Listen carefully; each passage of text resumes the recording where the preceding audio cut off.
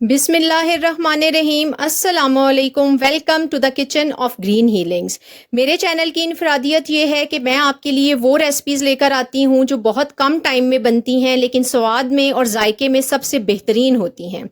आज हम बनाने जा रहे हैं चने की दाल करेले की सब्ज़ी के साथ। अब कुछ लोगों को करेला चाहते हैं कि हल्का कड़वा होना चाहिए, कुछ की ये होता है कि करेले में कड़वाहट बिल्कुल ना हो। तो मैं वीडियो में आपको दोनों के लिए टिप्स एंड ट्रिक बताऊंगी। तो जल्दी से चलते हैं हम अपनी रेसिपी की तरफ। और आपको ये भी बताऊंगी कि करेला जो है वो तासीर में बहुत गर्म होता है, तो उसको पकाने के बाद हम उसकी गर्मी को कैसे दूर कर सकते हैं और उसकी पूरी अफादियत हासिल कर सकते हैं। सबसे पहले यहाँ मैंने ले लिया है एक सॉस पैन। दाल को मैंने पहले भिगोया नहीं था। यहाँ पर मैं इसमें पानी डालूंगी, 1 टीस्पून नमक का डालूंगी और इसे उबलने रख देंगे। पहले भिगोने का मकसद ये होता है कि दाल प्रॉपर पानी चूस ले और वो जल्दी गल जाए। तो जब आप बगैर भिगोए दाल गलाते हैं तो वो गलने में थोड़ा सा टाइम ज़्यादा ले लेगी, इससे ज़्यादा कोई फ़र्क नहीं होता। करेले यहाँ पर मैंने काट कर बीज उसके निकाल लिए हैं और उसकी कटिंग कर ली है। अब मैं इसे एक खुले बर्तन में ले रही हूँ। यहाँ मैं शामिल करूँगी 2 टीस्पून नमक के और जस्ट 15 से 20 मिनट आपने इसे एक साइड पर नमक को अच्छे से इसमें मिक्सिंग करनी है और साइड पर रख देना है। कुछ देर के बाद आप जब 15 से 20 मिनट गुजर जाएंगे तो उसके बाद आपने इसको उठाकर हाथों से मसलना है। जब आप थोड़ी सी देर मसलेंगे, बहुत ज़्यादा नहीं हम इसको मसलेंगे कि हमारा बहुत सारा वक्त लग जाए, जितनी थोड़ा सा हम इसको मसलेंगे तो आप देखें हल्का हल्का पानी निकलना शुरू हो गया है। बस हमने कोई बहुत ज़्यादा इसका पानी नहीं निकालना। यहाँ आपने इसमें पानी डालकर पानी के अंदर इसको अच्छे से मसल कर वॉश कर लेना है। मुकम्मल तौर पर आपने इस तरीके से इसको अच्छे से पानी में वॉश कर लेना है। 1 से 2 पानी में आप इसको धो सकते हैं।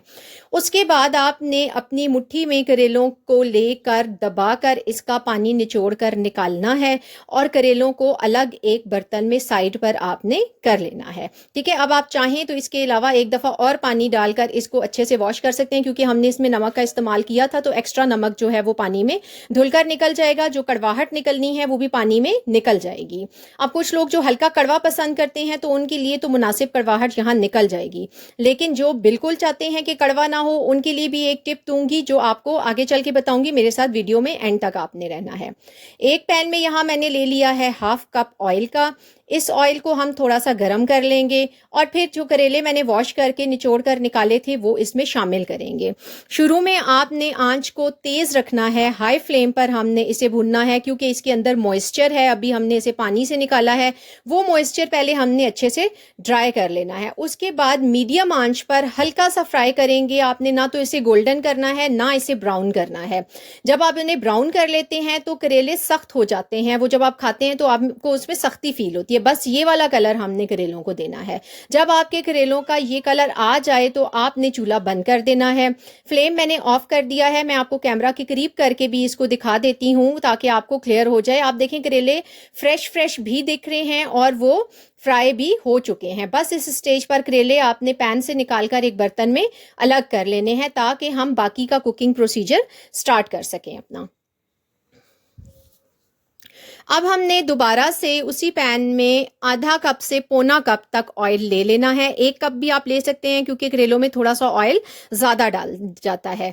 जितनी देर में ऑयल गर्म होगा उतनी देर में आपने प्याज कट करना है। 4 प्याज यहाँ पर मैंने ले लिए हैं, पील करके उन्हें मैंने वॉश कर लिया है। यहाँ एक टिप देती चलूँ पाइल्स के पेशेंट के लिए कि बीच में ये जो ऑफ वाइट हिस्सा है प्याज का, ये आप ज़रूर रिमूव किया करें। अगर पाइल्स नहीं है तो होने के चांसेस होते हैं और अगर है तो ये पाइल्स को इरिटेट कर देता है। सैलेड बनाएं, खाना बनाएं, इस हिस्से को रिमूव लाजमी करें।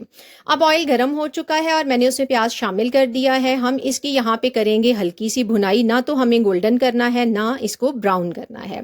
टमाटर यहाँ ले लिए हैं 5 और इन्हें मैं छोटा छोटा कट कर लूँगी। प्याज की तरफ चलते हैं। प्याज यहाँ पर हल्का सा गोल्डन होना अभी अभी स्टार्ट हुआ है, तो यही हम इसमें शामिल कर देंगे टमाटर, क्योंकि हमने इसे ब्राउन नहीं करना है। टमाटर शामिल करने के साथ ही हम इसमें कुछ मसाला जात भी ऐड करेंगे और इसमें हम सिर्फ शामिल करने जा रहे हैं नमक 1 टीस्पून, लाल मिर्च 1 टीस्पून और आधा चम्मच हल्दी का। आप चाहें तो अपने टेस्ट के अकॉर्डिंग मसाले कम ज़्यादा कर सकते हैं। इसके अलावा कोई मसाला हम करेले में शामिल नहीं करेंगे। ना आपने सूखा धनिया डालना है, ना ज़ीरा डालना है, ना लहसुन, ना अदरक, कुछ भी नहीं। बस इन मसालों की अच्छे से मिक्सिंग करनी है। थोड़ा सा पानी डालकर ढक्कन लगा देना है ताकि टमाटर जो हैं वो मुकम्मल तौर पर गल के सॉफ्ट हो जाएं। कुछ देर 2 से 3 मिनट आपने सिर्फ ढक्कन लगाना है और इसको उसके बाद जो है आप देखेंगे कि टमाटर आपके मुकम्मल जो हैं वो सॉफ्ट हो चुके हैं। मसाले की भी हमने एक्स्ट्रा ऑर्डिनरी भुनाई नहीं करनी है, सिर्फ ढक्कन आपने खोलना है और इसके जो टमाटर हैं उन्हें मसल कर इस तरीके से मसाले में मिक्सिंग कर लेनी है। इसकी बहुत ज़्यादा भुनाई करके कि ऑयल अलग हो जाए वो वाला सीन हम यहाँ नहीं करेंगे। बस हमने मसाले को हल्का भून लेना है। यहाँ हम दाल शामिल कर रहे हैं। दाल तकरीबन 90% कुक हो चुकी है, हल्की सी कसर बाकी है दाल में। वो हम यहाँ मसाले में इसकी भुनाई करेंगे कोई 5-1 मिनट तक। जो कसर दाल की है वो भी तकरीबन निकल जाएगी थोड़ी यहाँ पे और दाल के अंदर मसाला भी अच्छे तरीके से शामिल हो जाएगा। तो यहाँ मैंने दाल की करनी है भुनाई अच्छे तरीके से। थोड़ा सा साथ साथ टमाटर जो है वो मैं कोशिश करूंगी कि इसमें मिक्स होते जाएं। बाकी जब तक आप करेला एंड तक प्रोसीजर जाएगा तो ये सारा मसाला घुल जाएगा उसमें। दाल को थोड़ा खड़ा खड़ा दिखाई देना चाहिए, बहुत हलवा दाल ना बने, इतना आपने उसको नहीं गलाना है। दाल की भुनाई करते हुए मुझे तकरीबन 5 मिनट हो चुके हैं। अब इस स्टेज पर हम इसमें करेला भी शामिल कर देंगे। अब करेला शामिल करने के बाद आपने दाल के अंदर इसकी बहुत अच्छे तरीके से मिक्सिंग करनी है। 1 से 2 मिनट लगाकर आपने दाल और करेलों को और मसाले को अच्छे से यकजान कर लेना है ताकि कोई भी चीज़ अलग से ना रह जाए। यहाँ हमने करेलों की भुनाई कैसे करनी है, कितनी करनी है, ये मैं अब आपको बताऊंगी। हमने करेले की भुनाई करनी है ढक्कन लगाकर, ठीक है। ढक्कन लगाएंगे, फिर थोड़ी देर बाद आपने ढक्कन उतारना है, करेलों को अच्छे तरीके से मिक्सिंग करनी है, फिर ढक्कन लगाएंगे। इस तरह से करते हुए हमने इसकी तकरीबन 15-1 मिनट तक अच्छी सी भुनाई मसाले में करनी है। लेकिन यहाँ भी करेले की कड़वाहट मुकम्मल ख़त्म नहीं हुई है। अब हमने करेले की कड़वाहट को ख़त्म करने के लिए क्या करना है, ये टिप मैं आपको देने जा रही हूँ आगे। यहाँ हम करेले की कड़वाहट को ख़त्म करने के लिए शामिल करेंगे 1/2 कप ऑयल का। मैं आपको ये तो बताना भूल ही गई कि कितने करेले लिए थे। मैंने 1 किलो करेले थे और चने की दाल जो है वो मैंने 1 कप ले ली थी और उसमें मैंने शामिल किया है आधा कप सिरके का। सिरका डालने के बाद आपने बहुत तेज़ से करेले को हिलाते हुए हाई फ्लेम पर इसकी मिक्सिंग करनी है और करेले को मुकम्मल तौर पर इसमें मिक्स कर लेना है और बस विद इन फ्यू मिनट्स फिर आपका खाना रेडी हो जाएगा। आप देखिए कि बहुत बेहतरीन बनकर रेडी हो चुके हैं। अब बात आती है कि करेले की गर्मी को कैसे मुतदिल किया जाए, यानी कि हमारी डाइट को बैलेंस कैसे हम इसको बनाएं। तो उसके लिए आप इसमें हरा धनिया शामिल करेंगे। तकरीबन 1 बाउल भर के, 1 कप भर के आपने यहाँ धनिया शामिल करना है।